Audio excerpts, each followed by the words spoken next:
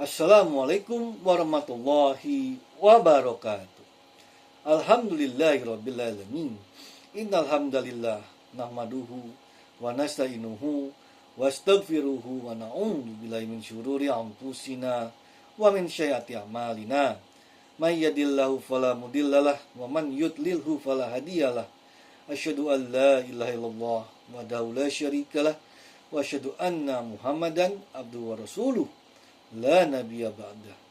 Allahumma sholli ala Muhammad wa ala ali Muhammad. Ya ayyuhalladzina amanu taqullaha haqqa tuqatih wa la tamutunna illa wa antum muslimun. Rabbana zalamna anfusana wa illam taghfir lana wa tarhamna lanakunanna minal khasirin. Subhanallah wa bihamdihi subhanallahil azim. La ilaha illa anta subhanaka inni kuntu minadh dhalimin. Hasbunallahu wa ni'mal wakil. Ni'mal maula wa ni'man nasir. Allahumma sholli ala Muhammad wa ala ali Muhammad. Subhana rabbika rabbil izzati amma yasifun. Wassalamun ala mursalin. Walhamdulillahi rabbil alamin. Ibadallah, inna allaha malaikatahu yushollu ala nabi. Ya ayyuhalladzina amanu shollu alaihi wa sallimu taslima. Qala Allahu ta'ala fil karim. A'udzu billahi minasyaitonir rajim. Bismillahirrahmanirrahim. Qul huwallahu ahad, Allahus samad, lam yalid walam yulad walam yakul lahu kufuwan ahad. Shadaqallahul azim. Raditu billahi rabbah wa bil islami dinah wa bil muhammadin nabiyya wa rasulah. Ya rabbana walakal hamdu hamdan katsiran thayyiban mubarakan fihi. Amma ba'du. Para ikhwan wa akhwat rahimakumullah. Tema ceramah kita hari ini adalah membumikan akhlak Nabi di tengah krisis keteladanan. Para ikhwan wa akhwat rahimakumullah, puji syukur alhamdulillah rabbil alamin atas segala limpahan nikmat, rahmat dan kasih sayang yang Allah berikan kepada kita semua. Dalam setiap tarikan napas, dalam setiap langkah yang dimudahkan dan dalam setiap kesempatan untuk berbuat baik, sesungguhnya kita sedang menikmati karunia darinya yang tak ternilai. Maka sudah sepantasnya kita bersyukur atas nikmat-nikmat tersebut. Sholawat dan salam semoga senantiasa tercurah kepada Nabi kita Rasulullah SAW. Allahumma sholli wa sallim ala Sayyidina Muhammad wa ala alihi wa sahbihi. Beliau merupakan teladan terbaik yang diutus untuk menyempurnakan akhlak umat manusia. Kesabaran, kejujuran, kasih sayang, dan semua sifat mulia lainnya tertanam dalam dirinya. Semoga kita termasuk umatnya yang senantiasa berusaha meneladani akhlaknya dan kelak dikumpulkan bersamanya di surga. Selanjutnya sudah menjadi kewajiban bagi kami selaku penceramah untuk terus mengajak menumbuhkan iman dan menyuburkan takwa dalam diri kita semua. Takwa tidak hanya sekedar simbol religius, tidak juga sekedar menjalankan ibadah formal. Takwa juga bisa diartikan sebagai upaya menjaga diri dari yang haram, meskipun tak ada yang melihat, nahan diri dari amarah saat mampu membalas, dan tetap lurus meski dunia seolah memaksa untuk menyimpang.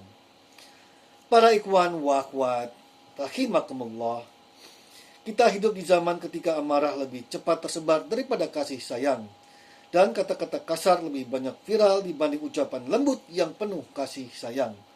Sehingga anak muda zaman sekarang tumbuh dalam lingkungan yang lebih sering melihat tontonan viral daripada tokoh teladan. Di tengah keadaan seperti ini, membumikan akhlak Rasulullah tak sekedar tuntunan moral, tapi kebutuhan untuk menata kembali arah hidup umat. Akhlak yang Nabi contohkan tidak hanya narasi sejarah, tapi peta jalan bagi siapa saja yang ingin tetap di jalan yang Allah ridhoi. Ketika budaya saling menjatuhkan, kekerasan, ketidakadilan, dan hal-hal tidak baik lainnya sering terjadi, maka akhlak Rasulullah menjadi sangat penting untuk kita teladani saat ini, mulai dari kelembutan, kasih sayang, kebijakan, dan semua sifat-sifatnya yang mulia. Bahkan dalam Al-Quran ditegaskan bahwa orang-orang yang mengakui cinta kepada Allah, ia harus mengikuti apa yang telah dicontohkan oleh Rasulullah. Allah berfirman, katakanlah Nabi Muhammad, jika kamu mencintai Allah, ikutilah aku, niscaya Allah akan mencintaimu dan mengampuni dosa-dosamu. Allah Maha Pengampun lagi Maha Penyayang. Quran Surah Al Imran ayat 31. Mengikuti Rasulullah tidak hanya sekedar menunaikan sholat dengan khusyuk atau puasa dengan tekun saja, melainkan juga menghidupkan ruh akhlakul karimah dalam setiap interaksi sosial kita. Ketika kita menjaga lisan dari dusta dan fitnah, itu juga bagian dari ibadah. Ketika kita menghormati hak tetangga dengan tidak mengganggu ketenangannya, itu bagian dari ibadah. Bahkan senyum tulus kepada saudara kita pun bernilai sedekah di sisi Allah Ta'ala. Dan demikianlah yang Rasulullah lakukan dalam laku kesehariannya. Nabi mengajarkan bahwa seorang muslim sejati adalah yang lisannya jujur, perilakunya santun, dan kehadirannya membawa ketentraman dan kedamaian bagi siapa saja. Maka tidak heran Al-Quran memberikan pujian kepada Rasulullah disebabkan akhlaknya yang mulia dan budi pekertinya yang luhur. Allah berfirman, yang artinya, sesungguhnya engkau Muhammad benar-benar berbudi pekerti yang luhur. Quran Surah Al-Qalam ayat 4. Para ikhwan wa akhwat rahimakumullah. Pernah suatu ketika Sayyidah Aisyah ditanya tentang bagaimana akhlak Rasulullah dalam kehidupan sehari-hari. Lalu beliau menjawab bahwa Rasulullah bukanlah pribadi yang kasar, tidak pula berkata keji, tidak suka berteriak di pasar, dan tidak pernah membalas keburukan dengan keburukan. Sebaliknya, Nabi selalu memaafkan dan berlapang dada. Riwayat ini sebagaimana tercatat dalam Musnad Ahmad, yaitu Nabi adalah manusia yang paling baik akhlaknya. Nabi tidak pernah berkata keji dan tidak berbuat keji, tidak bersuara keras di pasar, dan tidak membalas keburukan dengan keburukan yang serupa. Namun, ia memaafkan dan berlapang dada. Hadis riwayat Ahmad.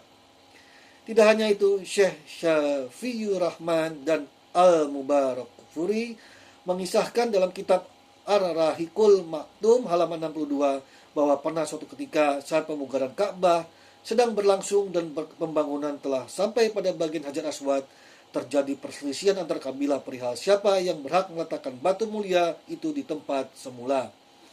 Pertikaian semakin memanas dan hampir saja menimbulkan pertumpahan darah dalam Masjidil Haram.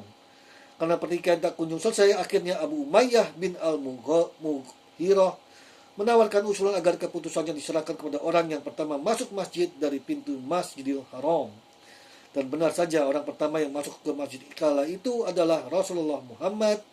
Dan ketika orang Quraisy melihat itu, mereka berkata, dan Allah menghendaki bahwa orang itu adalah Rasulullah. Ketika mereka melihatnya, mereka berseru, inilah Al-Amin yang terpercaya. Kami rela dia melakukan ini adalah Muhammad. Para ikhwan wa akhwat rahimakumullah. Kisah ini mengajarkan bahwa akhlak Rasulullah tak sekedar narasi sejarah saja, tapi realitas yang mampu meredakan konflik nyata. Ketika pada pertikaian antar suku di Mekah, kehadiran Nabi justru menjadi titik temu yang menyatukan hati-hati yang keras. Hal itu karena ia hadir dengan akhlak yang luhur, dan itulah yang menyelesaikan masalah. Maka hari ini ketika kita hidup di tengah masyarakat yang mudah tersulut emosi, gampang saling mencela, dan terbiasa menilai tanpa memahami, meneladani Rasulullah, tidak lagi perihal idealisme belaka, tetapi tentang bagaimana kita bisa hadir seperti Nabi yang hadir dengan membawa ketenangan, memulihkan, dan menyatukan orang-orang yang konflik. Tidak hanya di mimbar, tapi di meja keluarga, di ruang kerja, di jalan, hingga di media sosial. Baik saja demikian, terima kasih, syukran. Barakallahu li wa lakum fil Qur'anil azim. Jazakumullahu khairan wal bitaufiq wal hidayah. Ihdinas siratal mustaqim. Wallahu muwaffiq ila aqwamit thoriq. Wassalamualaikum warahmatullahi wabarakatuh.